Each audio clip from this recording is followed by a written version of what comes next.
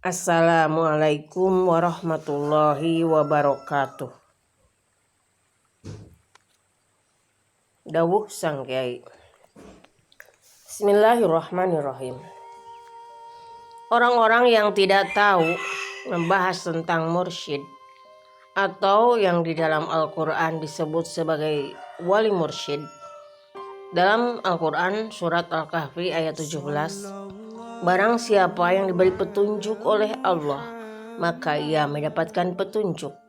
Barang siapa yang Allah sesatkan, maka engkau tidak mendapatkan bagi orang itu seorang wali mursyid.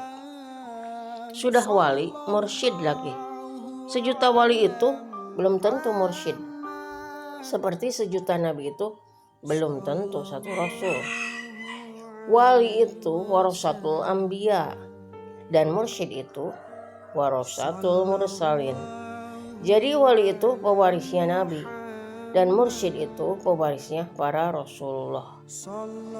Jadi kalau wali mursyid berarti pewarisnya anbiya wal mursalin, pewaris para nabi dan para rasul. Ada orang yang tidak tahu soal mursyid mengatakan, apa mursyid itu tahu soal dirinya itu mursyid? Katanya belum tentu seorang mursyid itu tahu dirinya mursyid. Lalu dikatakan juga seorang mursyid itu apa bisa menolong muridnya di akhirat? Saya contohkan saja, seorang mursyid itu diangkat oleh Allah. Jadi tidak diangkat oleh manusia, kelompok, atau partai. Saya contohkan, seorang jenderal itu diangkat oleh presiden. 1000 tentara belum tentu jenderal. Kalau jenderal pasti tentara. Apa seorang jenderal itu tahu kalau dirinya jenderal? Menurutmu tahu tidak? Lalu kalau tidak tahu kalau dirinya jenderal, bagaimana dia akan menjalankan tugasnya? Jadi jenderal itu pasti tahu dirinya jenderal karena dia diangkat resmi, diberi kepangkatan, diberi tugas dan lain-lain.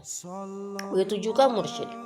Mursyid itu tahu dirinya mursyid karena dia diangkat dengan resmi, diberi tugas apa yang harus dilakukan. Prosesi pengangkatannya seperti ini.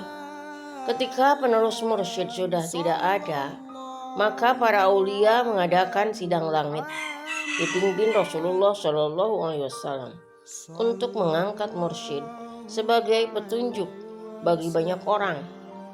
Maka semua lalu mengadakan mujahadah, minta petunjuk kepada Allah siapa yang akan diangkat sebagai mursyid.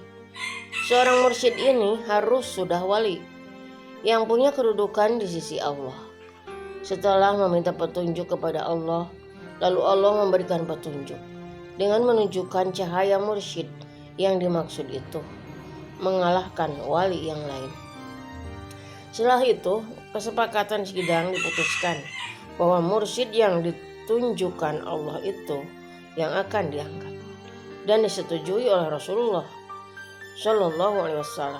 Lalu disampaikan ke mursyid terakhir di dunia ini yang ditugaskan membaiat kepada mursyid yang dituju dan sudah disepakati di sidang aulia. Yang diangkat itu yang akan mewarisi ilmu warisan nabi dan rasul, mewarisi semua keilmuan dan kekuasaan para nabi dan rasul. Lalu apa bisa menolong atau memberi syafaat kepada murid dan pengikutnya jika pengikutnya sudah meninggal? Ingat tulisan saya di atas. Kan menjadi pewarisnya nabi dan rasul. Pewaris artinya juga mewarisi syafaatnya Rasulullah SAW. Jadi bukan seorang mursyid itu sakti, tidak sama sekali. Tapi mursyid itu yang mengangkat Allah. Allah tentu tidak membiarkan orang yang dipilihnya, yang diangkat menjadi mursyid lantas dicelakai. Allah akan membela siapa yang menyerang para petugas Allah di dunia. Maka itu sama saja menantang perang dengan Allah. Jika para mursyid itu bisa dicelakai, maka Allah pensiun jadi Tuhan. Jadi seorang mursyid itu tidak bisa dengan mengaku atau diangkat oleh golongan atau kelompok. Balik saja yang bukan mursyid, itu yang mengangkat Allah. Tidak bisa satu kelompok mengatakan pemimpinnya itu wali kutub, lalu pemimpin itu jadi wali kutub. Satu partai saja tidak bisa menganggap pemimpinnya itu presiden, lantas pemimpin itu jadi presiden beneran.